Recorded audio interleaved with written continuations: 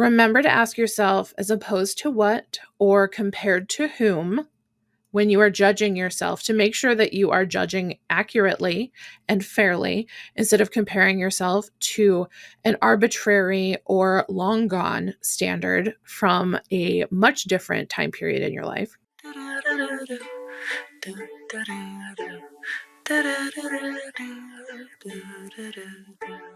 Hey sunshine, welcome back to another episode of the Neurodivergent Creative Podcast. And today I want to talk about how to combat internalized ableism in your writing and also any creative thing that you do.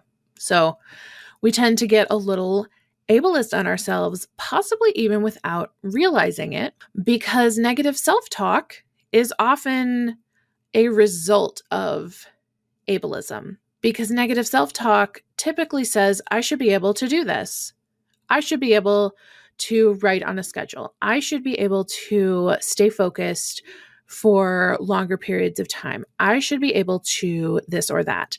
And this often comes from like being shamed as a child for not doing things the way that most kids did them, etc. Like gifted kids, gifted education, that's just special ed. They had to take us out of the classroom because we already had like kind of mastered the basics. And then we would ask a bunch of like in-depth questions to the teacher, and we would be making associations that the other kids, they weren't occurring to them because they hadn't yet mastered the material.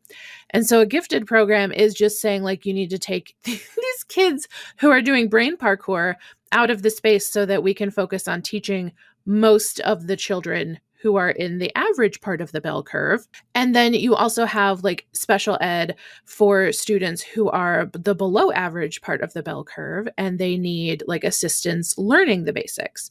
So both things are considered like exceptional. That's why like there's a phrase called twice exceptional or 2E students in special ed. I didn't realize I was going to be talking about special ed, but here we are. So twice exceptional students often are like, they have ADHD.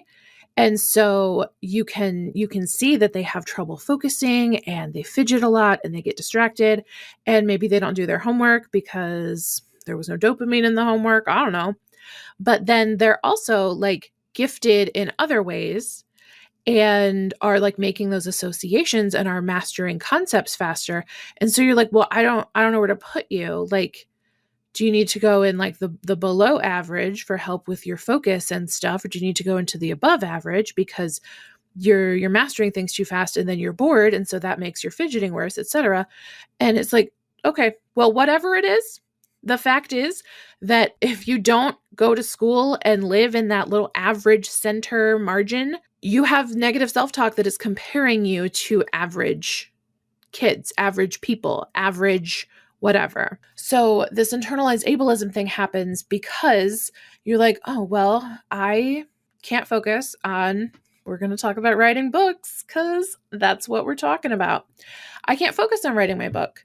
I should be able to focus on writing my book. Why can't you focus on writing your book? This is just like high school. This is just like, you just can't stay focused. And that's bad. That's the part of negative self-talk. You could be curious. You could say, I can't focus. Wonder what that's about. Or you could say, I can't focus, and that's bad. This is where the negative self-talk comes in. So negative self-talk linked with internalized ableism. Not always, but sometimes. And to find out if it is internalized ableism, I have a question that I love to ask, which is, as opposed to what? And this question is great in a lot of situations. So for instance, when I used to like look for new jobs, I would go, when I'm writing my cover letter, I would want to let them know that I knew something about their company. So I'd go to their company website and maybe bring in a statement about what their leadership had been doing or like where they were founded. And I'm like, oh, you're from the Netherlands. I took a trip there, blah, blah, blah. That never happened. But for example, you want to show a connection. And often I would look at like their mission, vision, and values statements. And their values are things like trustworthiness. As opposed to what? Would any company say our value is untrustworthiness? No, every company is going to value trustworthiness. We value diligence. As opposed to what? And so that helps me figure out what is just kind of fluffy nonsense and what is something that is like more serious of a value. Like for my creative coaching, I have a strong value on compassion. And when you ask as opposed to what, that's like as opposed to a tough love approach. I am always going to meet you where you are. I'm going to validate the struggles that you are going through.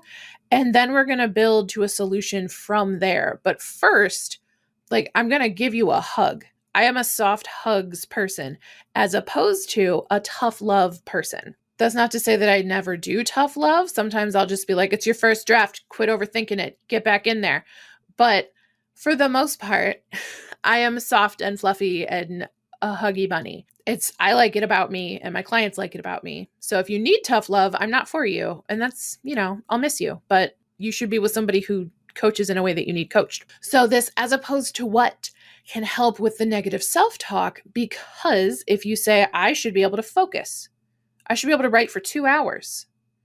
That's the ideal. Okay. As opposed to what? Like, who can write for 2 hours at a time? Who are you comparing yourself to?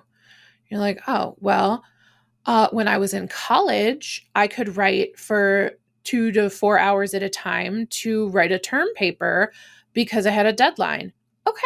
So high stress situation with a firm deadline that your grades were relying on versus a little bit more of an open-ended container where you have a goal, but there is no external pressure. So can we now see what your negative self-talk is expecting you to do and what it's comparing it to? Thus, isn't it kind of ableist for you to compare yourself to things that you were able to do in a completely different scenario? Even if you don't have a disability, like per se, you can recognize that we're not doing like apples to apples here, right? Like, I want to work on my book. And even if it's like a submission deadline, like in Working Title, we have submissions for critique every other week. So like twice a month, you submit a chapter or two that we're going to review together. And that is a deadline, but it's also not like your grade's not writing on it. Your future to get your degree is not writing on it. So that feels different. Like internalized ableism can cover a lot of things, right? So obviously we talk about neurodivergence. And so that is the ableism that I'm speaking to, is like the brain ableism. And like, obviously we're talking about autistic neurotypes. We're talking about the ADHD neurotype, but also like mental illness and trauma, especially repeated and prolonged complex trauma, like from childhood, including education, which can include college. Like if you were in a traumatized space and you used to be able to perform and like write all this stuff because you had to, or else, and now you are in less of a traumatized state, the comparison that you have is about your brain state. It's inherently being ableist toward yourself about what you used to be able to produce when your brain was in a different state. Does that make sense? I feel like I'm saying so many words, but I'm hoping that it's coming across like very clearly, basically, which is that I want you to compare yourself only to yourself and also to take into context the whole scenario, all of your circumstances. I have a course and the framework includes like a whole module on, or not like a module, but like a pillar of the course content is grounding, which is making sure that your creative goals and the ways that you are following your passions is actually like grounded in your realistic everyday life. So for instance, one of my writing clients in the Working Title Writing Incubator is a stay-at-home mom. Her kid is in school. So like she has time during the day to write. She's not writing all day every day though. She writes specifically for like a couple hours twice a week. And she's also prone to migraines. So if she has a migraine on a writing day, she is judging herself so hard, and she'll come talk to me and she's like, I didn't write today and I feel bad. And I'm like, okay, so what's going on? She's like, well, I've had this migraine for 2 days and I don't have time to do it later because we have violin practice. And I'm like, yeah, you're sick. We don't work when we're sick. We're not supposed to. When we live in a community environment where people are taking care of each other and are interdependent, when you're sick, you rest and you get unsick. Capitalism has taken that from us. But ideally, in a human world where we all get to be creative and we all get to follow our passions, when you're sick, you rest and other people take care of the logistics. And then you go back to your work, which in this case is writing her novel, when you are unsick. Now, some of us are chronically ill, so the sick is a little harder to pin down. But I have missed novel days because I was having a bad pain day, or the fatigue was insurmountable. I forgot my meds this week for novel day. Like literally on Wednesday, I forgot my ADHD med. And so I didn't write as much as usual. And I started to judge myself about it. I started to be like, why didn't you take those pills? You should have taken those pills to get more words. And then I realized we're coming in a little hot here. Maybe it's fine. Maybe progress is progress. Maybe you do not always have to be achieving the entire goal when we are centering compassion.